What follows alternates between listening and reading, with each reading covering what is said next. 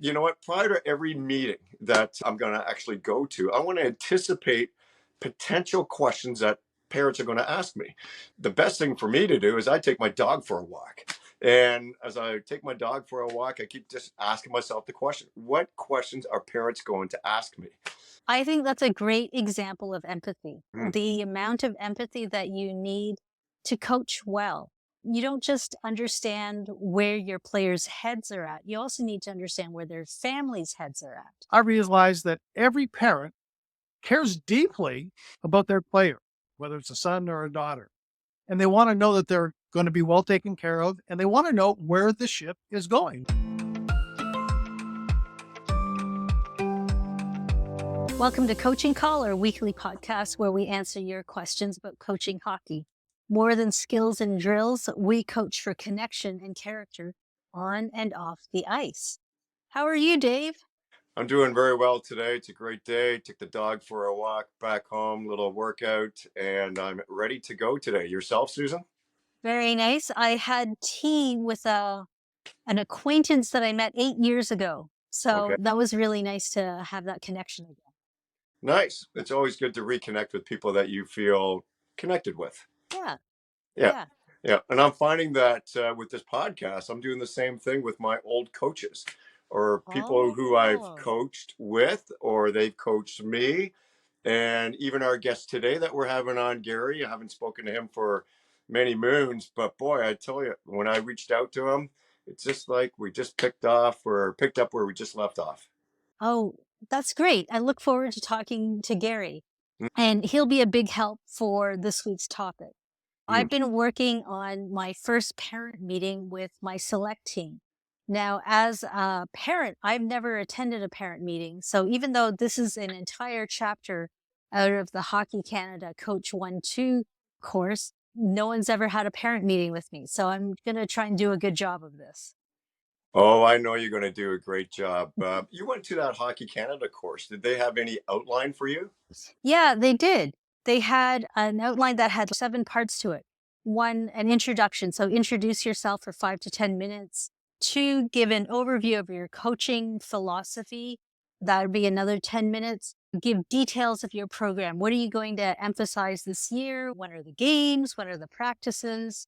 How players can get ice time. Number 4, the budget, what you're going to spend your money on this year. So that is about 15 minutes. Team apparel, 5 minutes. Expectations of the parents, another 20 minutes. And finally, 5 measly minutes for questions. Have you worked with this outline before, Dave? A little bit. You know what? It's been a little bit of time since I've actually coached a hockey team itself, but absolutely, that's pretty much the general outline. It's a nice outline to follow. It doesn't mean that you can't tweak it to per se your hockey team itself. But the bottom line is, doesn't matter what team you're coaching, select, or even an NHL meeting, it's pretty much the same. It's this is what we're going to do, this is what we're going to cost, this, and you're just really informing the team. The big part will be the questions at the end from the parents. And those Q&A could be very short, 5 minutes, or it could be extremely long as well. But that is really the nuts and bolts because that is the group you want to communicate with year round, not even year round, like almost on a daily basis, meaning that every time you see them at the rink, it might not be every parent, but you're actually communicating with the parents as you're going all the time. Yeah, I haven't done a parent meeting in the context of hockey, but I've been the Right. president of the Parents Association for my children's schools. And every year is different. It depends a lot on who shows up and who's in the room. You may get no questions or you may get very detailed questions. Some parent wants to be very involved, has lots of questions, wants to make a WhatsApp group, wants to make friends with everybody. And then you have the parent that wants to do the videoing. You know what? Maybe taking pictures and have them posting pictures and videos. And then you have another parent that doesn't want any pictures and no videos. And then it's just, wow, you know what? Can of worms. But you want to get it out. You want to Mhm. get it out and solve these problems right away. Do you find that the questions that they ask are very different from, say, select versus AAA? You know what? Prior to every meeting that I'm going to actually go to, I want to anticipate potential questions that parents are going to ask me. The best thing for me to do is I take my dog for a walk. And as I take my dog for a walk, I keep just asking myself the question, what questions are parents going to ask me? I find that at AAA, they've been a little bit more groomed. They've been around hockey a little bit more. Select, maybe it's a lot of newness. It's a lot of the scheduling, the tournaments. Are we staying overnight? Where AAA, they already know how many tournaments they're going into. But generally, you know what? The talk is pretty much the same. You know what? One of the big thing will be costs. What is it going to cost us? That's always the big question. How much is it going to cost us? How much practice ice are we going to be getting?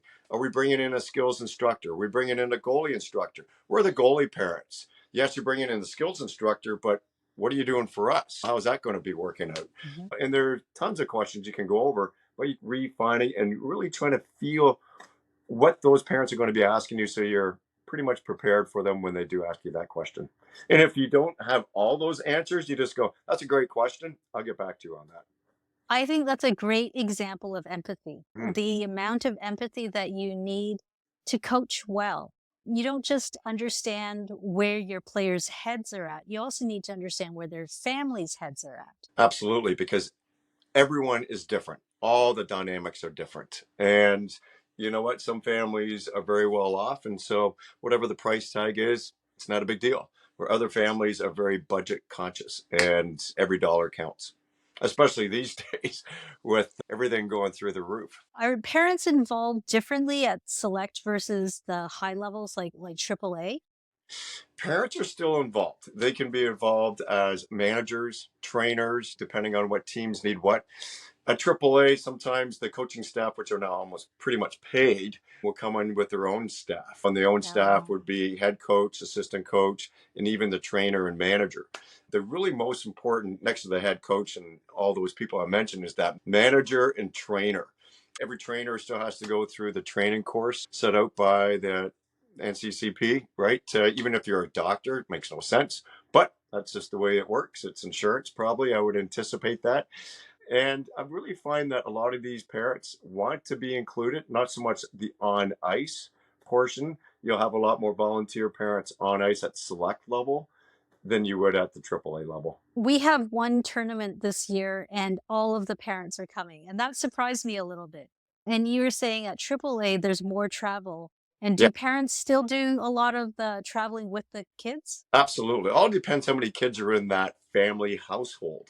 I know just me personally, my parents love to go on the trips. It's like almost an excuse to go get away from the house, right? Rather than going on some extravagant vacation, it was the hockey tournament. It's the tournament to Quebec City, to Hmm. Montreal, to Calgary, to Hmm. Sudbury, to Barrie, Hmm. wherever it was. It was a good time. It was a lot of fun. Hmm. The reason we have parent meetings is so that we can start to build a relationship with the parents.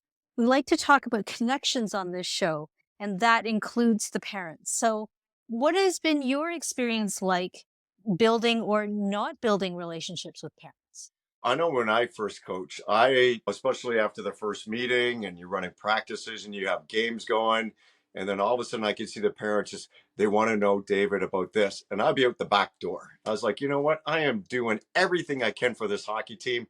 They just need to show up, drop the kid off, and let me do my job. And unfortunately, that's not the way it works. I really had to learn that not only am I communicating with the kids and I care for the kids, but then I got to translate that over to the parents too. And they may not like all the answers. That's just the way it is. But I will give you my honest answer on what I'm trying to do to help develop each and every player on that hockey team. Mm. Hmm. That's some really good insight. Last year on my house league team, I had one or two kids that I had trouble getting them to do whatever it is I wanted to do. Hmm. And in one case, finally was at my wits' end and I went to the parent. And he was great. He understood what the issue was right away and he was on my side right away. Hmm. And I regret not going to him earlier. Absolutely. And majority of the parents, like 99% of the parents, do understand their kids, and especially the ones that are a little bit more challenging, if we'll just leave it that way, because they're all going to grow up and hopefully, you know what, to find their way. But before we even get there, we're the ones trying to help them to find their way. And if the parent is on board, it is such a relief. Do you have any examples of how you dealt with conflict with parents? Because This is a big deal. I don't have any experience directly because I've only had positive experiences, but I took the Respect in Sport Parents Edition, and Sure. that led me to think there's a lot of conflict out there. Most coaches have this 24-hour rule. And really, what that is really to bring down the emotion of either side, whether it's the coach or whether it's the parent side. But sometimes that doesn't happen. Some parents want an answer right now. And I remember being at the rink, it was Ted Reeve Arena, and I was coaching AAA. And this parent was like, my manager was like, Lloyd wants to see you right now. I said, we need a 24-hour. No, he wants to see you right now. All right, let's do it. You know what? So he came around the corner and I said, how can I help you?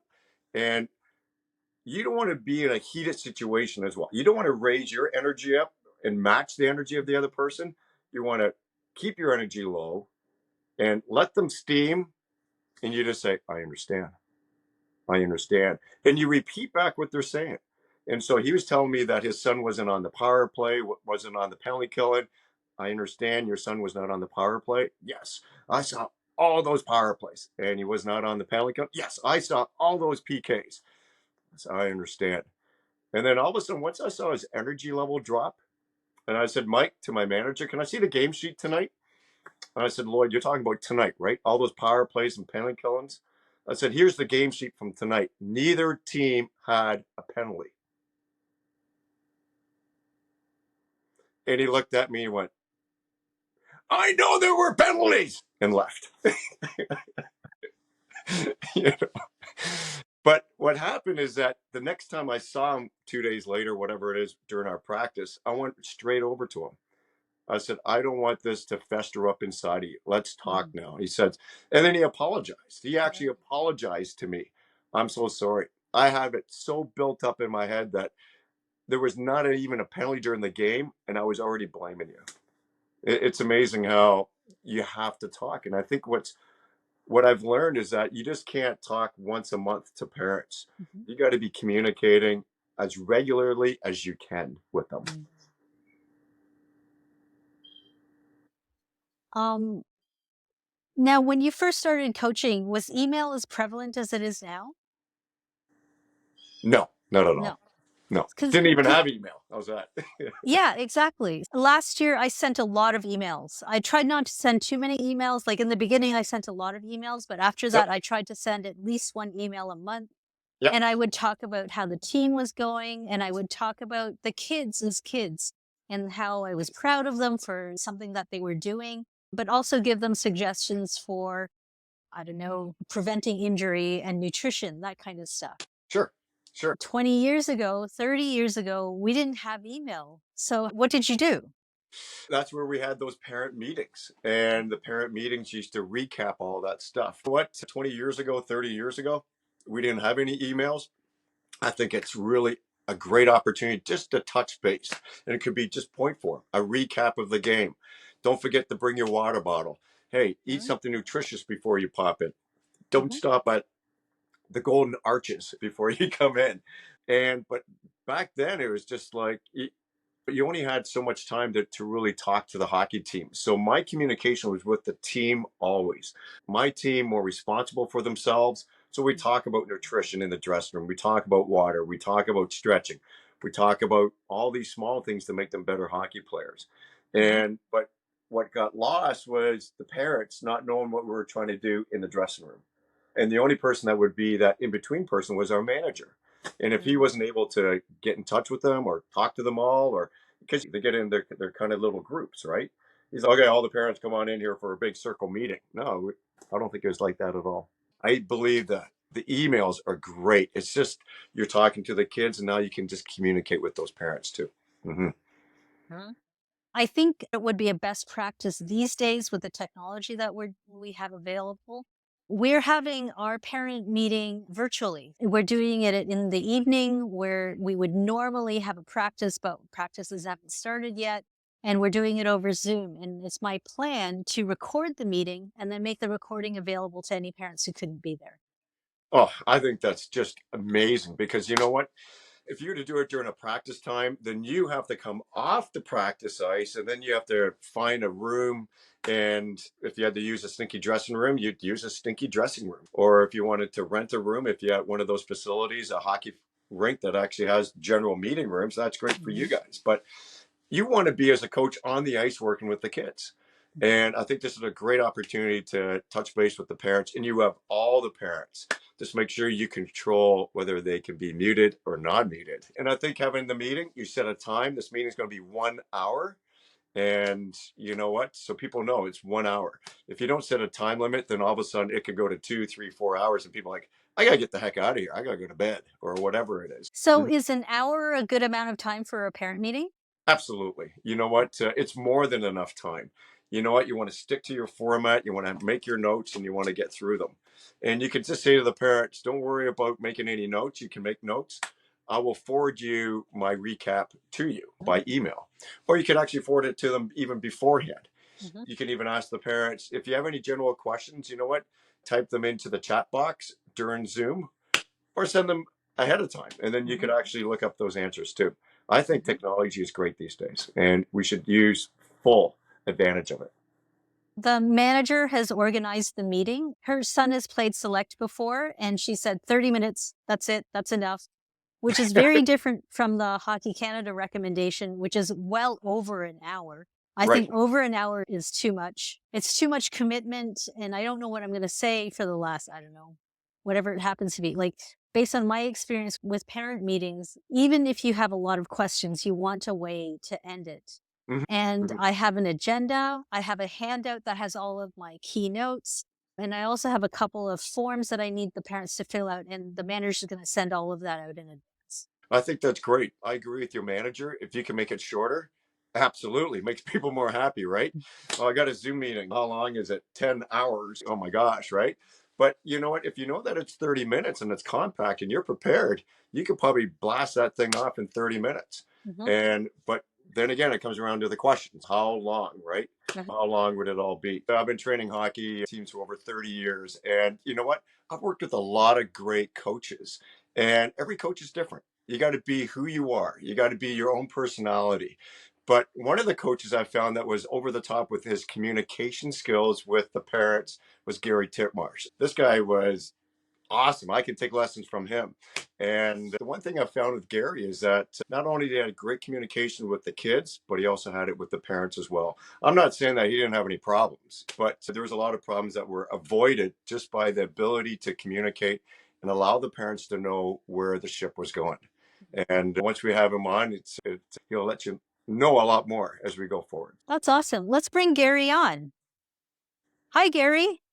Hey, good afternoon. Thanks for having me on the call.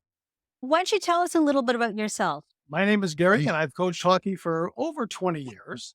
And one of the reasons I got into hockey coaching was for my son. And secondly, my daughter was a competitive gymnast, and I saw a lot of things that her coaches did that I thought were incredibly wrong. Mm. And I saw a lot of coaches that I felt weren't really doing the job as well as they should have and not meeting the expectations of either the players, excuse me, or the parents. You said something earlier, David, that I thought was really insightful and really describes what I try to do. And you said you want to let parents know where the ship is going. And I think that's absolutely key, is that as a result of my daughter's competitive career in coaching, I realized that every parent cares deeply about their player, whether it's a son or a daughter. And they want to know that they're going to be well taken care of. And they want to know where the ship is going. What is your plan for the year? And I mean, down to the smallest detail. What time are the practices? What time? When are we going on tournaments? What should we wear? Everything has to be made up front so that everyone understands here's what we're going to do. Here's how we're going to do it. And we're going to do it together. And everybody understands where we are going in terms of practices, games, philosophy. You mentioned wind sprints. And I know there's different phrases for it, but a lot of coaches will have a bad game and they force their kids to do laps, Yeah. sprints. It's a punishment, is what it is. And I tell my players right at the very beginning, we will never have, what do they call it? What kind of bag skate? Bag I said, we skate, will suicide never, skate. Yeah. yeah, we will never have a bag skate. because my understanding of every player going in is every player wants to do well. It's not like they don't want to do well. They want to do well. And if you punish them after a bad game, it's not like they didn't want to do well. And they begin to hate the idea of skating. I positioned it, and David, I learned Yes. this from you probably, Mm-hmm. is that I have wind sprints every practice. Mm-hmm. It's not its punishment. It's because conditioning is key. Mm-hmm. At any age group, ultimately, the better conditioned athlete will be able to outperform a better athlete who's not in great shape. Mm-hmm. So I make it right clear from the very beginning. There'll be no bag skates, but we will have skates every practice that are tough because you need to be in top physical condition to perform at your very best. Mm-hmm. That is so true, Gary. You know what? The story that goes through my head was I'm at college. I'm at Clarkson University. Cap Raiders, a head coach. Coming back from a long road trip, we lost to Brown, and Brown was that year the worst team, and we lost to Brown, and we came back. It's like a 15-hour road trip on the bus, and Cap gets up and says, "You got 20 minutes. Don't be late." Now this is on a Sunday. We don't skate on Sunday. Someone stood up and go, "Does he mean now? We need to get dressed to get on the ice now." Of course, we all scrambled. We grab our gear. It's frozen from being underneath the bus, right? And then we get into the dressing room. We dress as fast as we can. We get on the ice. We did a 2-hour bag skate. And then, And what did it teach you? hang on, it gets better. He did it for 2 weeks straight. Oh, No nets for 2 weeks straight. Now, he was part of that U.S. Olympic team that won the gold medal in Lake Placid. He was the third string goalie, so maybe that's where he was influenced from, but it taught us nothing. It taught us absolutely nothing. And like you said, Gary, we want to win. right. Yeah. And that's another thing that I talk right from the beginning of the season to parents is the idea of winning. If you only focus on winning, I don't believe you'll ever improve as a player because you're always trying to win. And winning is actually is a result of a lot of small little things that need to be done well. And frankly, it all starts with the face-off. If you don't win the puck, you're not going to win.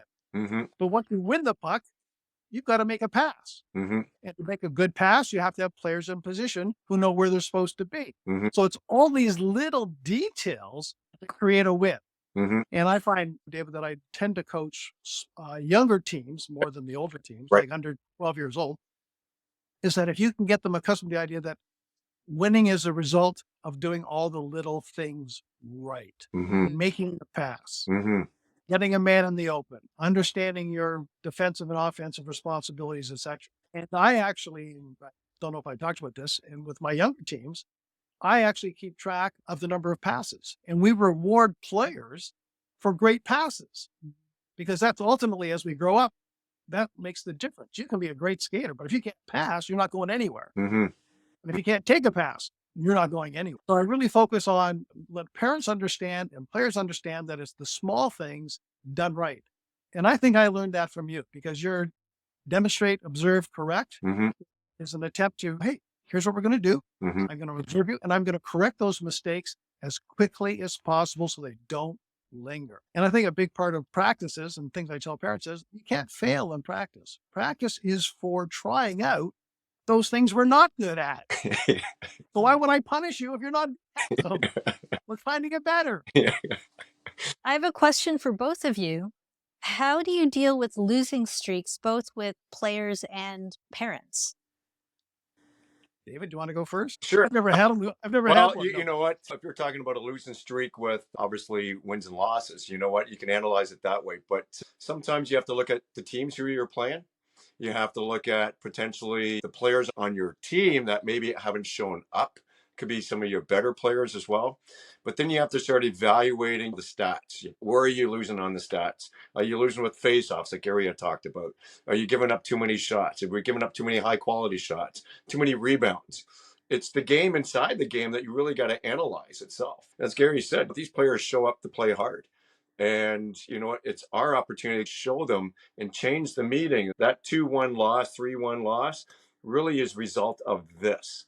You know what? It could be conditioning. It could be too many penalties. It could be, not enough face-offs ones. Could be we're not generating enough shots either to create. Mhm. How about You you, know, to be Gary? honest, I mostly coach, as I said, minor hockey, kids under 12. And if we're on a losing streak, there's probably a pretty straightforward, simple answer. The other teams simply have better players. Mhm. And by better players, I mean at under 10 or under 11, it's one or two better skaters. And you really can't compete against that. You can help your players be better skaters, play better position. I've been on teams that have made playoffs, and I've been on teams that were lucky to win 6 games a year. Mhm. The important thing is you see progress, and the players don't get dejected Mhm. or feel badly. And there's always great defensive plays. There's always great plays in the game that you can highlight and say that's the kind of thing we're looking for.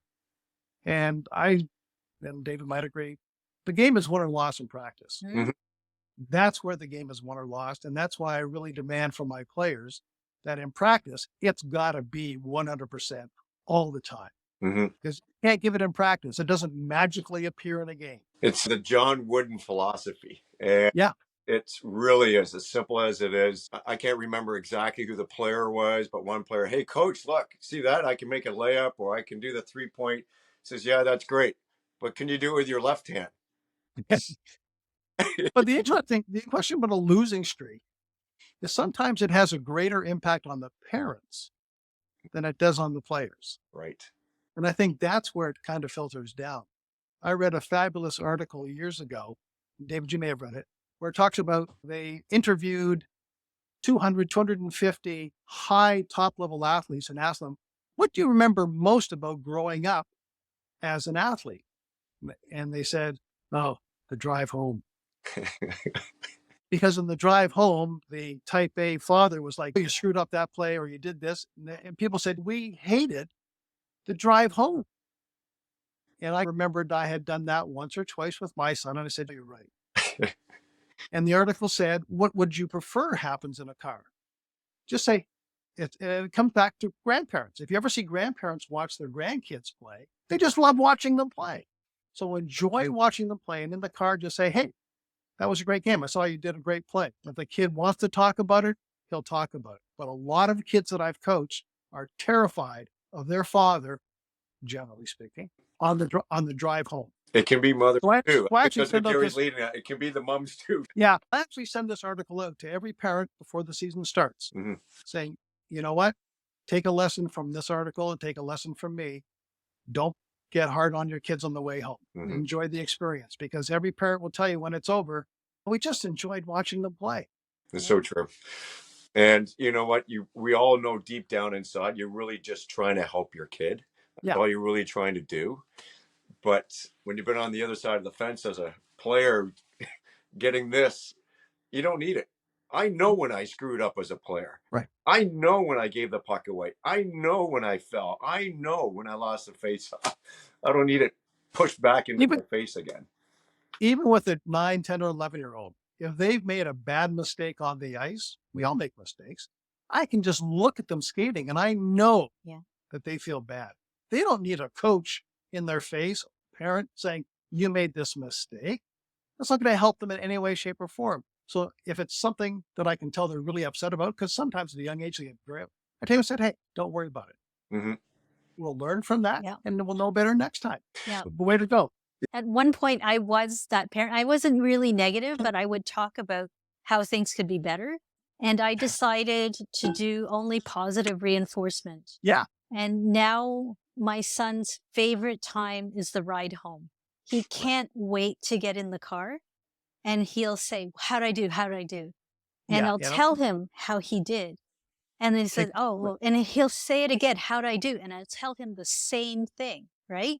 And he'll say, oh, yeah, how'd I do? And I'll tell him a third time. So he's like fishing for compliments, Right. but he loves it. It's now his favorite part of playing hockey.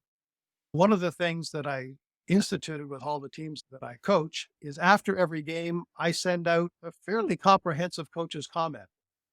Because first of all, it communicates to the parents that, hey, I'm watching the game with a critical eye and I'm very open and I want you to know what I see and how it might be different from what you see.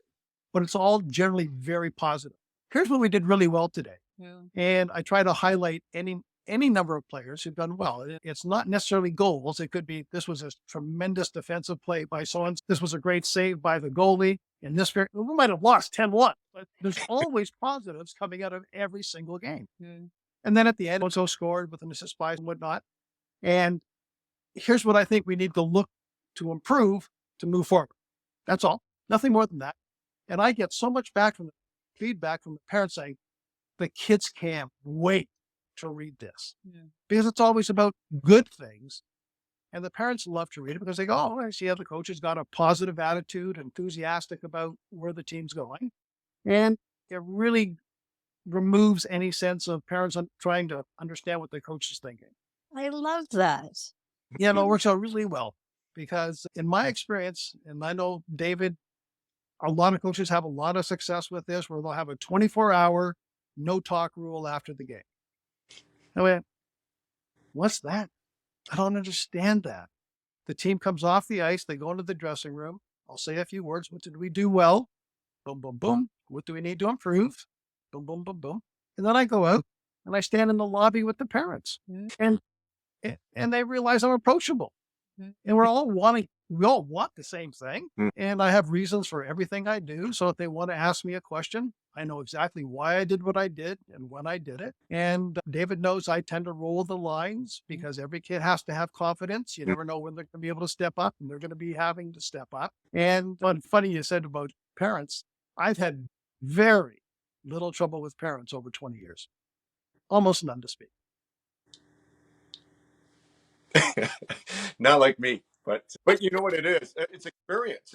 I think it's adapted. And Susan and I were talking about using emails and recapping, and before there were no emails. You're not going to pick up the phone and start calling all the parents and this is the recap of the game. And I think what happens when you have this 24-hour rule, it's about emotions. But we weren't having these recaps with the parents, and then the parents were just building up a story in their head until it exploded. And I think what Gary was doing there is that he was seizing the initiative. He was giving them the narrative before they had a chance to form a narrative on their head. And he was giving a narrative that's very positive. And it emphasized these micro moments. They may have lost, but that's not important. What he was focusing on was the positives. And that kind of drives how people feel about what just happened. So he's telling them how to feel before they've had a chance to coalesce a negative in their head. Now, to be fair, I am not always positive. I do, for every player, I do a mid-season report card, just like they get in school. And it's about skating, positioning, shooting, hockey sense, etc.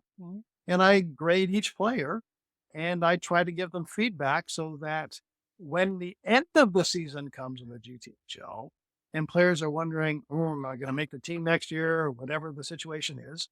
Hey, I put down on paper what some of the issues are with your son or daughter as a player and what we're trying to fix. I invite parents, hey, if you have any comments, just like at a school parent interview, come talk to me. I'm more than happy to talk to you.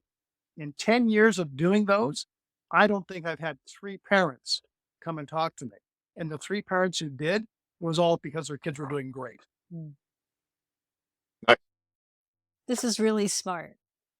It's a very smart approach. The teachers have figured it out. We should certainly take a page from their book.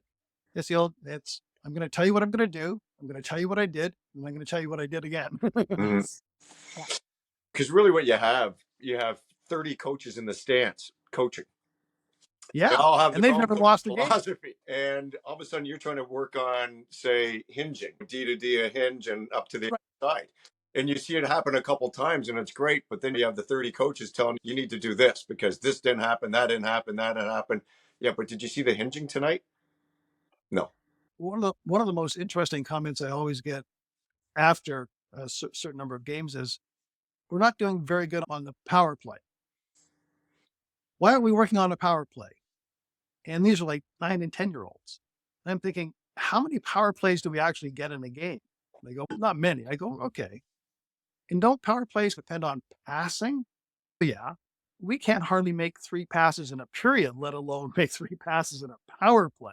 So I think power plays are important, but because I tend to coach younger kids, you've got to learn the fundamentals. You've got to learn. Yeah. I will say with my daughter, one thing her coaches said that was absolutely true. When she was 8 years old, they said, we're not training them to win today. We're training them to win in 10 years. We're training them for proper techniques so they understand what they're doing and how to do it. And lo and behold, 10 years later, she stood and won in England at the Olympics because they did that correctly. Yeah. Awesome. Oh, that's awesome. So, Susan, what are you going to do with your hockey team? I, as a coach, I tend to focus not on the negatives, but we've talked about this before, Dave, like the gap and the gain. You look at the gap between now and where you want to go, and at the expense of looking at the gain, where you've come from and how far you've come. And I tend to focus on the gaps because that's what I use to help me decide what drills to put in. But Gary's advice says, focus on the gain, find opportunities to bring that in. So when I'm sitting there taking notes during the game, I'm going to take notes about the positives as well, because this is how I can use it. So I love how Gary's advice was really simple and very actionable. Another great tactic is I actually use the game as a learning experience. And as players come off the ice, I or my assistant coaches will use a pad and diagram. Oh, here's what you might want to consider moving forward. Mhm. Not that you did something wrong, but maybe we should try this next time or whatever. So that they're actually learning in the middle of the game right away because it's immediate. Mm-hmm. Mm-hmm. I think that's great advice. I look forward to when I can put that in place. Yeah, I don't have, my hockey eyes are not that good yet. The problem is every time I do it, either we score or the other team scores, and I don't see what happens. Yes. It's so true. You miss half the game. But it's a learning experience. Mhm. Practice is practice, but they'll tell you nothing is quite like the game when it comes to learning. Mm-hmm. Mm-hmm. Mhm. And the other thing I find with kids today is, David, you probably agree, I grew up watching hockey, a lot of hockey. Mm-hmm. And I find a lot of players today, they just don't watch much hockey. They love playing it, which is Mhm. great, but they don't actually watch it to learn from it. Yes. Yeah. This is called studying, right? You need to Yep. study the game if you want to get good. And I coached select for about 4 or 5 years along with House League.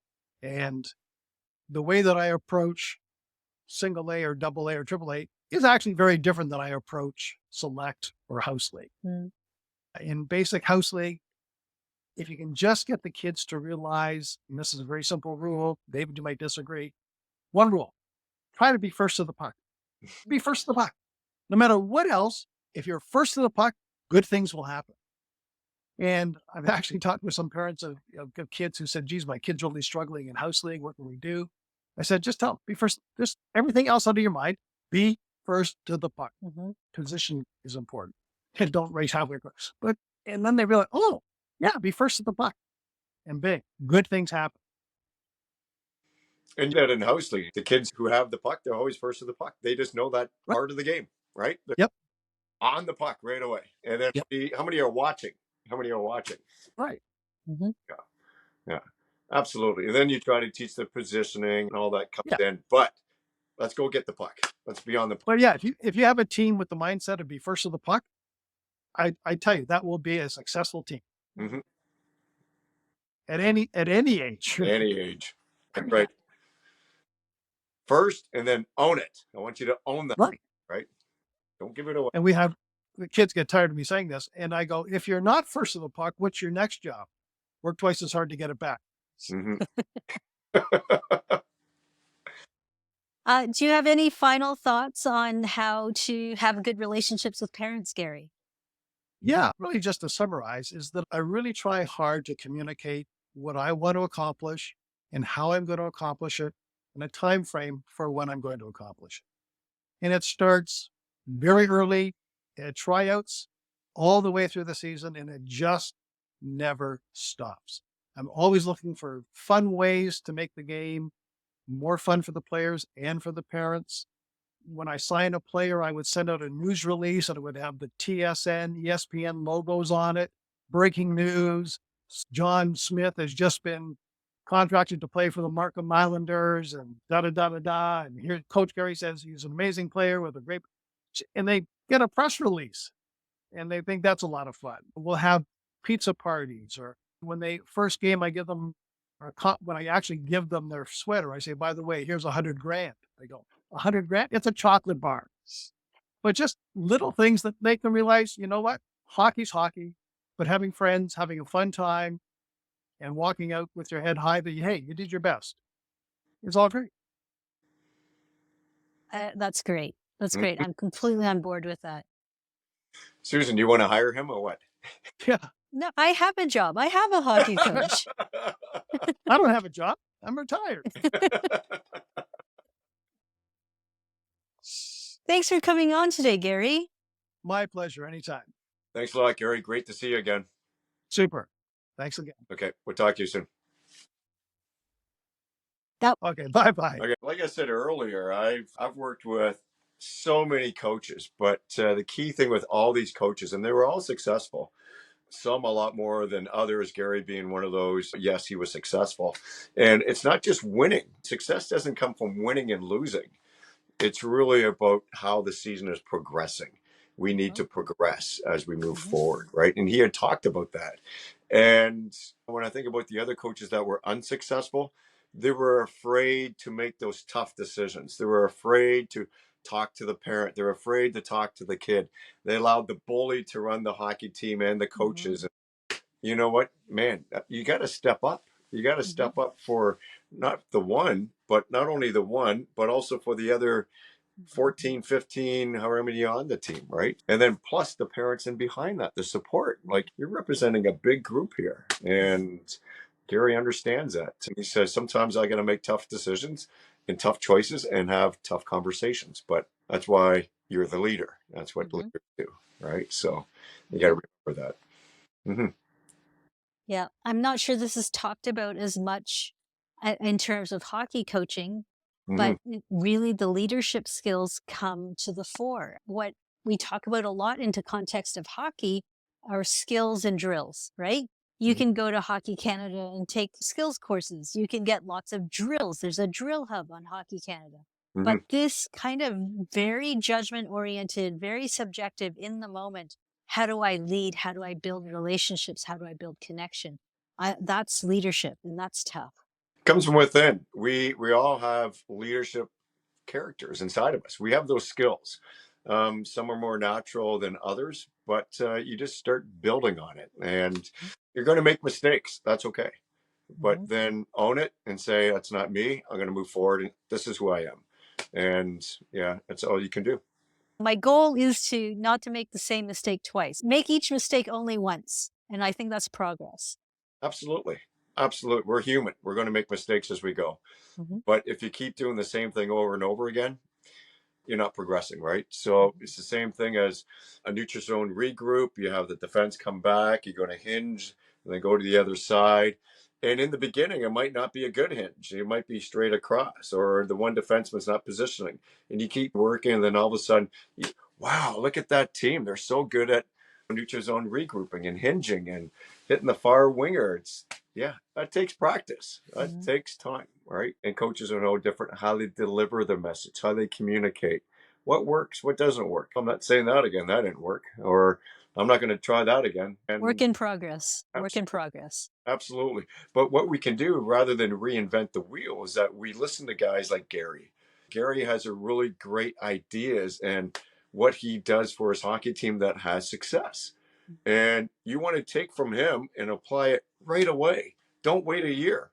We're talking about, why do you want to sit around for 3 years trying to reinvent the wheel? Forget it. You know what? There's success out there.